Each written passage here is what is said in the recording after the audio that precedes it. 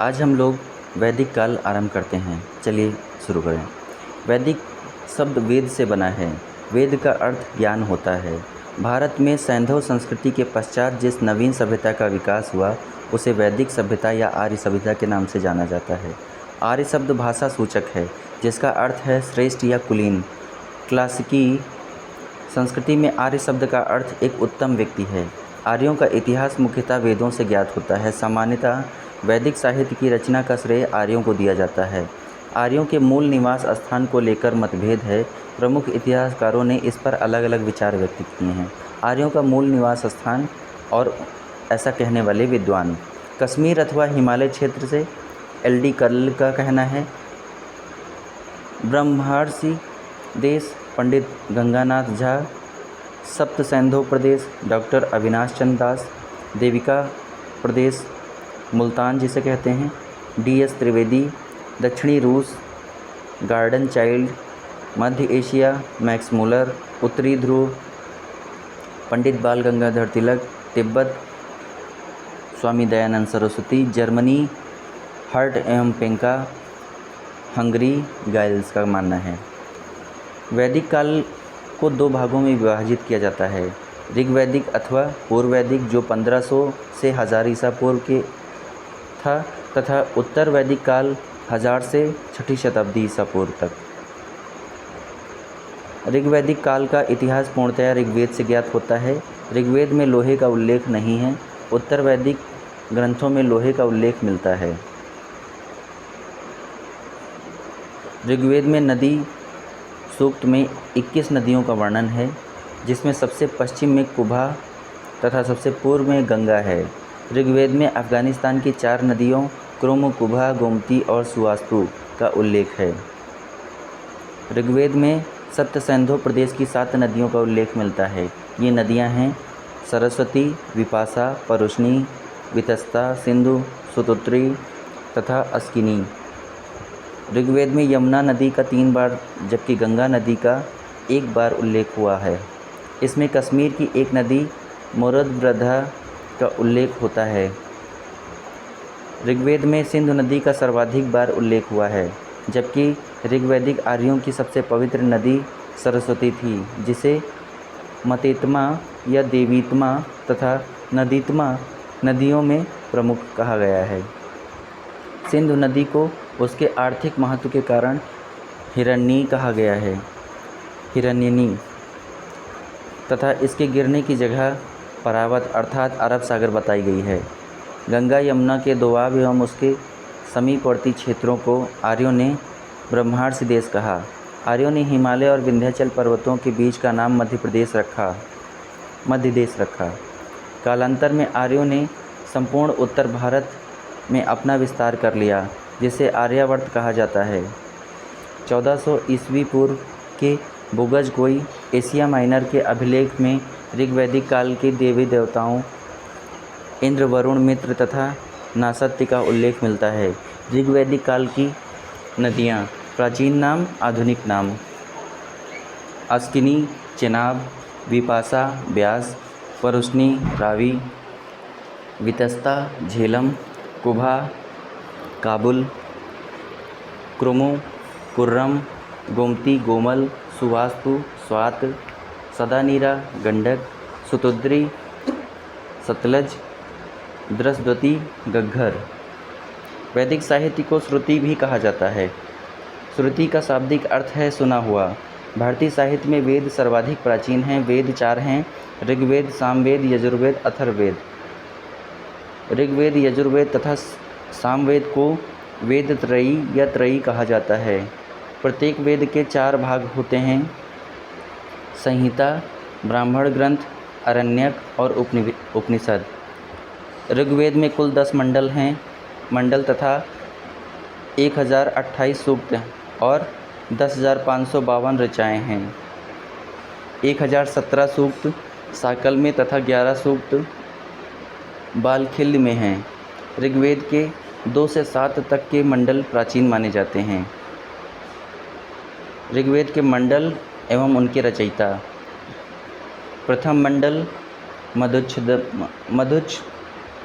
मधुच्छदा, मेधातिथि द्वितीय मंडल, गृत्समद तृतीय मंडल, विश्वामित्र चतुर्थ मंडल, वामदेव पंचम मंडल, आत्रि षष्ठ मंडल, भारद्वाज सप्तम मंडल, वशिष्ठ अष्टम मंडल, कण्वया एवं आंगिरस नवम मंडल, सोम देवता और अन्य ऋषि, दसम मंडल, विमदा इंद्र सची और अन्य। ऋग्वेद के तृतीय मंडल में गायत्री मंत्र का उल्लेख है। इसके रचनाकार विश्वामित्र हैं। यह सविता सूर्य देव को समर्पित है। ऋग्वेद के 9वें मंडल के सभी 114 सूक्त सोम को समर्पित हैं। प्रारंभ में हम 3 वर्णों का उल्लेख पाते हैं, ब्राह्मण, क्षत्रिय तथा वैश्य। शूद्र शब्द का उल्लेख सर्वप्रथम ऋग्वेद के 10वें मंडल के पुरुष सूक्त में हुआ। ऋग्वेद के मंत्रों का उच्चारण करके यज्ञ संपन्न कराने वाले पुरोहित होता कहा जाता था। ऐतरेय तथा कौशितकी ऋग्वेद के 2 ब्राह्मण ग्रंथ हैं। पतंजलि के अनुसार ऋग्वेद की 21 शाखाएं हैं। ऐतरेय ब्राह्मण में सुनह सेप आख्यान का वर्णन मिलता है। यजुर्वेद में स्तोत्र एवं कर्मकांड वर्णित हैं। यह वेद गद्य एवं पद्य दोनों में है। यजुर्वेद के कर्मकांड को संपन्न कराने वाले पुरोहित को अर्धवयु कहा जाता था। यजुर्वेद की 2 शाखाएं, कृष्ण यजुर्वेद जो पद्य और गद्य दोनों में है और शुक्ल यजुर्वेद जो केवल पद्य में है। यजुर्वेद का अंतिम भाग ईशोपनिषद है, जिसका संबंध याज्ञिक अनुष्ठान से न होकर आध्यात्मिक चिंतन से है। शुक्ल यजुर्वेद की 2 मुख्य शाखाएं कण्व तथा माध्यन्दिन है। शुक्ल यजुर्वेद की संहिताओं को वाजस्नेय भी कहा गया है, क्योंकि वाजसनी के पुत्र याज्ञवल्क्य इसके दृष्टा थे। कृष्ण यजुर्वेद की मुख्य शाखाएं हैं तैत्तिरीय, काठक, मैत्रायणी तथा कपिस्थल। शतपथ ब्राह्मण शुक्ल यजुर्वेद का ब्राह्मण ग्रंथ है। इसमें पुनर्जन्म का सिद्धांत है। जल प्लावन कथा, पुरुरवा उर्वशी आख्यान तथा पुरुषमेध का वर्णन है। साम का अर्थ संगीत अथवा गान है। सामवेद में यज्ञों के अवसरों पर गाए जाने वाले मंत्रों का संग्रह है। जो व्यक्ति इन मंत्रों को गाता था उसे उद्गाता कहा जाता था। सामवेद में कुल 1875 ऋचाएँ हैं, जिनमें से 75 जबकि कुछ विद्वानों के द्वारा 99 को छोड़कर शेष सभी ऋग्वेद में भी उपलब्ध हैं। सामवेद की प्रमुख शाखाएं कौथमीय, राणायनीय एवं जैमिनीय। अथर्ववेद में 20 कांड, 730 सूक्त तथा 5987 मंत्र हैं। इसमें 1200 मंत्र ऋग्वेद के हैं। अथर्ववेद के मंत्रों का उच्चारण करने वाले पुरोहित को ब्रह्मा कहा जाता था। अथर्ववेद में मगध तथा अंग दोनों को दूरस्थ प्रदेश कहा गया है। इसमें सभा और समिति को प्रजापति की 2 पुत्रियां कहा गया है। इसमें सामान्य मनुष्य के विचारों, विश्वासों और अंधविश्वासों का विवरण मिलता है। अथर्ववेद की 2 शाखाएं उपलब्ध हैं, पिप्पलाद तथा शौनक। याज्ञवल्क्य गार्गी के प्रसिद्ध संवाद का उल्लेख बृहदारण्यक उपनिषद में है। कठोपनिषद में यम और नचिकेता का संवाद उल्लिखित है। कठोपनिषद कृष्ण यजुर्वेद का उपनिषद है। सत्यमेव जयते शब्द मुंडकोपनिषद से लिया गया है। अथर्ववेद का एकमात्र ब्राह्मण गोपथ ब्राह्मण है। इसका कोई अरण्यक नहीं। उपनिषद दर्शन पर आधारित पुस्तकें हैं। इन्हें वेदांत भी कहा जाता है। उपनिषद का अर्थ शिष्य द्वारा ज्ञान प्राप्ति है तो गुरु के समीप बैठना। उपनिषद में प्रथम बार मोक्ष की चर्चा मिलती है। यह शब्द श्वेताश्वर उपनिषद में पहली बार आया। वेदांग की संख्या 6 है। ये हैं शिक्षा, कल्प, व्याकरण, निरुक्त, छंद एवं ज्योतिष। शुल्ब सूत्र में यज्ञीय वेदियों को मापने, उनके स्थान चयन और निर्माण आदि का वर्णन है। पुराणों की संख्या 18 है। ये हैं मत्स्य पुराण, मार्कंडेय पुराण, भविष्य पुराण, भागवत पुराण, ब्रह्मांड, ब्रह्मवैवर्त, ब्रह्म पुराण, वामन, वराह, विष्णु पुराण, वायु, अग्नि, नारद, पद्म, लिंग, गरुड़ पुराण, कूर्म तथा स्कंद पुराण। इनकी रचना लोमहर्ष ऋषि द्वारा तथा उनके पुत्र उग्रश्रवा द्वारा की गई थी। इनमें भविष्यति काल की शैली में कली युग के राजाओं का विवरण मिलता है। हिंदू पौराणिक कथा के अनुसार समुद्र मंथन हेतु मथानी के रूप में मद्रांचल पर्वत तथा रस्सी के रूप में सर्पों के राजा वासुकी का प्रयोग किया गया था। इसमें विष्णु ने कूर्मा अवतार धारण कर मद्रांचल पर्वत को अपने ऊपर रखा था।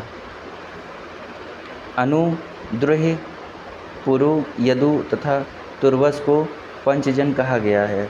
जन के अधिपति को राजा कहा जाता है। कुलप परिवार का स्वामी होता है। पिता अथवा बड़ा भाई होता है। ग्राम का मुखिया ग्रामीणी तथा विष का प्रमुख विषपति कहलाता है। दशराग्नि युद्ध का उल्लेख ऋग्वेद के 7वें मंडल में मिलता है। इस युद्ध में प्रत्येक पक्ष में आर्य एवं अनार्य थे।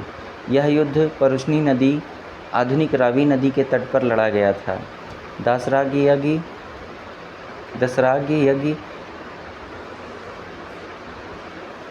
दशराग्नि युद्ध भरतों के राजा सुदास, त्रित्सु राजवंश तथा 10 राजाओं के एक संघ, इनमें पंचजन तथा 5 लघु जनजातियों अलिन, पक्त, भलान, शिव तथा विसाड़िन के राजा सम्मिलित थे के मध्य हुआ था। इस युद्ध में सुदास की विजय हुई। सुदास के पुरोहित वशिष्ठ थे। ऋग्वैदिक युग में राजा भूमि का स्वामी नहीं था। वह प्रधानता युद्ध में जन का नेता होता था। विदथ आर्यों की प्राचीन संस्था थी। ऋग्वेद में पुरोहित, सेनानी तथा ग्रामीणी का उल्लेख मिलता है। पुरोहित युद्ध के समय राजा के साथ जाता था। इस पर गुप्तचर तथा दूत नामक कर्मचारियों का भी उल्लेख मिलता है। ऋग्वैदिक समाज की सबसे छोटी इकाई परिवार या कुल होती थी। ऋग्वैदिक समाज पितृसत्तात्मक समाज था। वरुण सूक्त के सुनसेब आख्यान से ज्ञात होता है कि पिता अपनी संतान को बेच सकता था। ऋग्वैदिक कालीन समाज प्रारंभ में वर्ग विभेद से रहित था। ऋग्वेद में वर्ण शब्द रंग के अर्थ में तथा कहीं कहीं व्यवसाय के चयन के अर्थ में किया जाता था, प्रयुक्त हुआ था। ऋग्वेद के 10वें मंडल में पुरुष सूक्त में सर्वप्रथम शूद्र शब्द मिलता है। इसमें विराट पुरुष के विभिन्न अंगों से 4 वर्णों की उत्पत्ति बताई गई है। विराट पुरुष के मुख से ब्राह्मण, भुजाओं से राजन्य, क्षत्रिय, उरु जंघा भाग से वैश्य तथा पैरों से शूद्र उत्पन्न हुए हैं। गोत्र शब्द का सर्वप्रथम उल्लेख ऋग्वेद में हुआ था। गोत्र शब्द का मूल अर्थ गोष्ठ अथवा वह स्थान जहाँ समूचे कुल का गोधन पाला जाता था, परंतु बाद में इसका अर्थ एक ही मूल पुरुष से उत्पन्न लोगों का समुदाय हो गया। गोत्र प्रथा की स्थापना उत्तर वैदिक काल में हुई थी। आर्यों द्वारा अनार्यों को भी दिए गए विभिन्न नाम हैं। अब्रहान वेदों को न मानने वाला, अयज्वन यज्ञ न करने वाला, अनास बिना नाक वाले, अदेवैव देवताओं को न मानने वाले, अव्रत वैदिक व्रतों का पालन न करने वाले तथा मृदभाग कटुवाणी बोलने वाले। शतपथ ब्राह्मण में पत्नी को पति की अर्धांगिनी कहा गया है। ऋग्वेद में जयदस्तम अर्थात पत्नी ही ग्रह है कहकर उसके महत्व को स्वीकार किया है। कन्या के विदाई के समय जो उपहार एवं द्रव्य दिए जाते थे उसे वहत कहा जाता था। स्त्रियों में पुनर्विवाह एवं नियोग प्रथा प्रचलित थी। नियोग प्रथा से उत्पन्न संतान क्षेत्रज कहलाती थी। समाज में सती प्रथा के प्रचलन का उदाहरण नहीं मिलता है। जो कन्याएं जीवन भर कुंवारी रहती थीं उन्हें अमाजू कहा जाता था। ऋग्वेद में घोषा, लोपामुद्रा, विश्वारा, अपाला आदि स्त्रियां शिक्षित थीं तथा जिन्होंने कुछ मंत्रों की रचना भी की थी। लोपामुद्रा अगस्त ऋषि की पत्नी थीं। आर्य मांसाहारी तथा शाकाहारी दोनों प्रकार के भोजन करते थे। भोजन में दूध, घी, दही आदि का विशेष महत्व था। दूध में पकी हुई खीर, क्षीर पाकोदन का उल्लेख मिलता है। जौ के सत्तू से को दही में मिलाकर करम्भ नामक खाद्य पदार्थ बनाया जाता था। ऋग्वैदिक काल में 3 प्रकार के वस्त्र प्रचलित थे: नीवि, वासस एवं अधिवासस। स्त्री एवं पुरुष आभूषण पहनते थे। ऋग्वैदिक आर्य आमोद प्रमोद का जीवन व्यतीत करते थे। रथ दौड़, घुड़दौड़ तथा पासा खेल उनके मनोरंजन के साधन थे। वाद्यों में मांझ, मंजीरे, दुंदुभ, करकर, वीणा, बांसुरी आदि का उल्लेख मिलता है। आर्यों की संस्कृति मूलतः ग्रामीण थी। कृषि और पशुपालन उनके आर्थिक जीवन का मूल आधार था। ऋग्वेद में पशुपालन की तुलना में कृषि का उल्लेख बहुत कम मिलता है। ऋग्वेद के मात्र 24 मंत्रों में ही कृषि का उल्लेख मिलता है। उर्वरा या क्षेत्र कृषि योग्य भूमि को कहा जाता था। बुआई, कटाई, मड़ाई आदि क्रियाओं से लोग परिचित थे। ऋग्वेद में कुल्या, नहर, कूप तथा अवट खोदकर बने हुए गड्ढे, अस्मचक्र, रहट की चरखी आदि का उल्लेख है। ऋग्वैदिक समाज में व्यवसाय अनुमानसिक नहीं थे। ऋग्वेद में तच्छा, बढ़ई, स्वर्णकार, चर्मकार, वाय, जुलाहे, कर्मा, धातु कर्म करने वाले, कुम्भकार आदि का उल्लेख मिलता है। कताई बुनाई का कार्य स्त्री पुरुष दोनों करते थे। ऋग्वेद से पता चलता है कि सिंध तथा गांधार प्रदेश सुंदर ऊनी वस्त्रों के लिए विख्यात थे। व्यापार अदला बदली प्रणाली पर आधारित था। विनिमय के माध्यम के रूप में निस का उल्लेख हुआ है। व्यापार वाणिज्य प्रधानता पड़ी वर्ण के लोग करते थे। ऋग्वैदिक आर्य लोहे से परिचित नहीं थे। ऋग्वैदिक कालीन शब्दावली एवं अर्थ: नीवि, कमर के नीचे पहने जाने वाला वस्त्र। वासस, कमर के ऊपर पहने जाने वाला वस्त्र। अधिवासस, ऊपर से धारण किया जाने वाला चादर या ओढ़नी। तच्छा, बढ़ई। कर्मा, धातु कर्म करने वाला। वेकनाट, सूदखोर। अरित्र, पतवार। अरित्र, नाविक। वैदिक साहित्य में ऋग्वेद प्राचीनतम ग्रंथ है, जिसमें से हमें सर्वप्रथम बहुदेववाद के दर्शन प्राप्त होते हैं। यास्क के निरुक्त के अनुसार ऋग्वैदिक देवताओं की संख्या मात्र 3 बताई गई है। ऋग्वेद में एक अन्य स्थल पर प्रत्येक लोक में 11 देवताओं का निवास मानकर उनकी संख्या 33 बताई गई है। ऋग्वैदिक देवताओं का वर्गीकरण 3 वर्गों में मिलता है। पृथ्वी के देवता पृथ्वी, अग्नि, बृहस्पति, सोम आदि। आकाश के देवता वरुण, सूर्य, मित्र, पूषण, विष्णु, अश्विन आदि। अंतरिक्ष के देवता इंद्र, पर्जन्य, रुद्र, आपः, वायु, वाद आदि। इंद्र को विश्व का स्वामी कहा गया है। इन्हें पुरंदर अर्थात किलों को तोड़ने वाला कहा गया है। ऋग्वेद में सर्वाधिक सूक्त 250 इंद्र को समर्पित हैं। इंद्र को आर्यों का युद्ध नेता तथा वर्षा का देवता माना जाता है। ऋग्वेद में अग्नि को 200 सूक्त समर्पित हैं और वह इस काल के दूसरे सर्वाधिक महत्वपूर्ण देवता हैं। ऋग्वैदिक देवताओं में सोम को तीसरा स्थान प्राप्त है। वरुण को समुद्र का देवता एवं ऋतु का नियामक कहा जाता है। वरुण को वैदिक सभ्यता में नैतिक व्यवस्था का प्रधान माना जाता है। इसी कारण उन्हें ऋतस्य गोपा भी कहा जाता है। ईरान में वरुण को और मजदा तथा यूनान में ओरनोज नाम से जाना जाता है। ऋग्वेद के 9वें मंडल के सभी 114 मंत्र सोम को समर्पित हैं। वनस्पतियों और औषधियों के देवता पूषण हैं। इनके रथ को बकरी द्वारा खींचते हुए प्रदर्शित किया गया है। जंगल की देवी अरण्यानी, जबकि ज्ञान की देवी सरस्वती थीं। उत्तर वैदिक काल में अनु, द्रुहि, तुर्वस, कृवि, पुरु तथा भरत आदि जनों का लोप हो गया। शतपथ ब्राह्मण में कुरु और पंचाल को वैदिक सभ्यता का सर्वश्रेष्ठ प्रतिनिधि बताया गया। छांदोग्योपनिषद से ज्ञात होता है कि कुरु जनपद में कभी ओले नहीं पड़े और न ही टिड्डियों के उपद्रव के कारण अकाल ही पड़ा। उत्तर वैदिक काल में काशी, कोसल, कुरु, पांचाल, विदेह, मगध, अंग आदि प्रमुख राज्य थे। उपनिषद में कुछ क्षत्रिय राजाओं के उल्लेख प्राप्त होते हैं। विदेह के जनक पांचाल के राजा प्रवाहण, जाबाली, केकय के राजा अश्वपति और काशी के राजा अजातशत्रु प्रमुख थे। विभिन्न दिशाओं में राजा के विभिन्न नाम। पूर्व में सम्राट, पश्चिम में स्वराट, उत्तर विराट, दक्षिण भोज, मध्य राजा।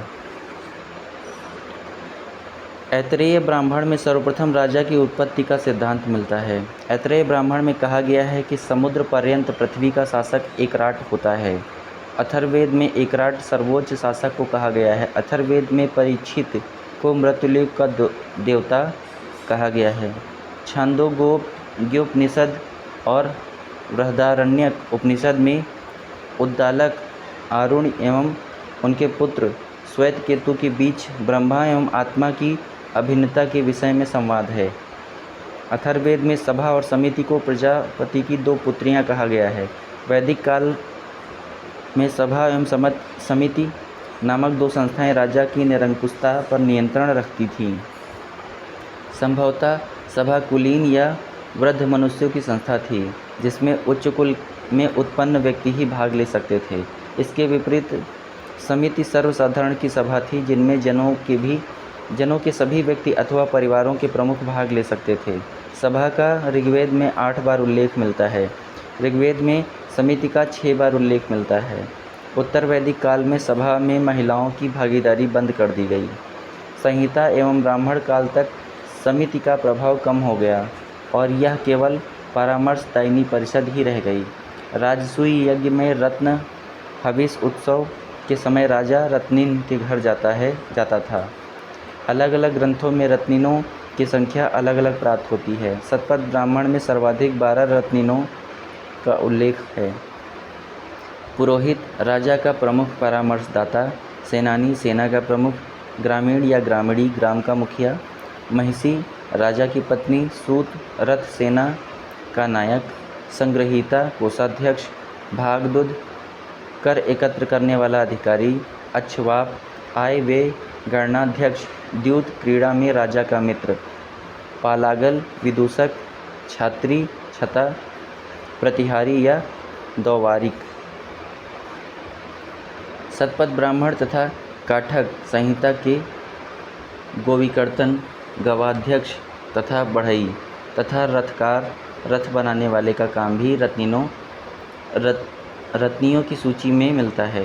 शतपथ ब्राह्मण में राजसूय यज्ञ का विस्तृत वर्णन है।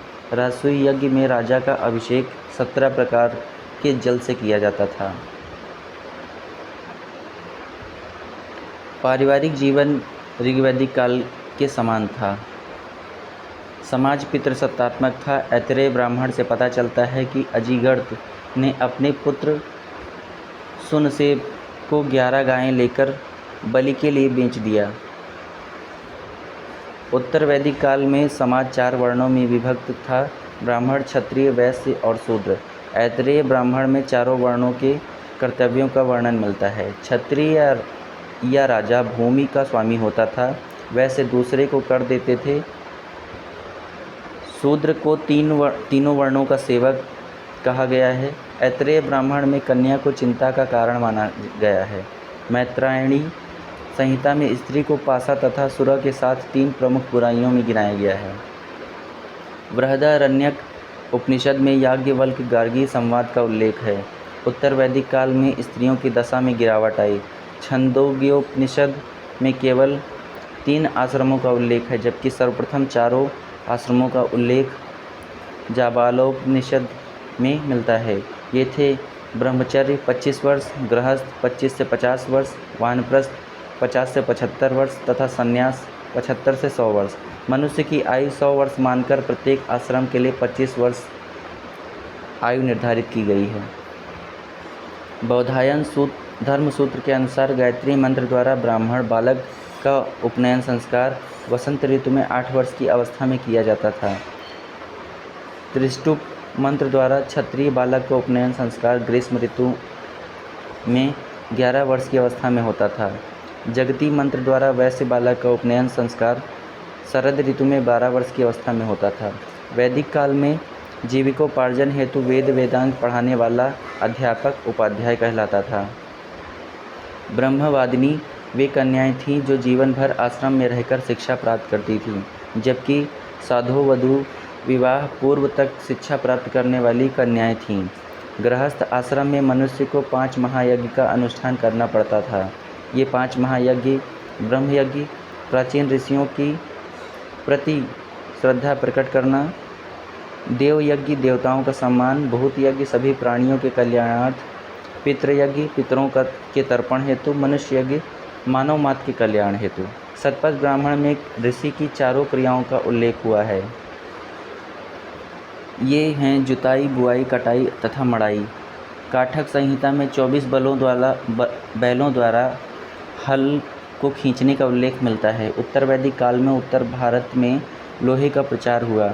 उत्तर वैदिक साहित्य में लोहे को कृष्ण अयस कहा गया।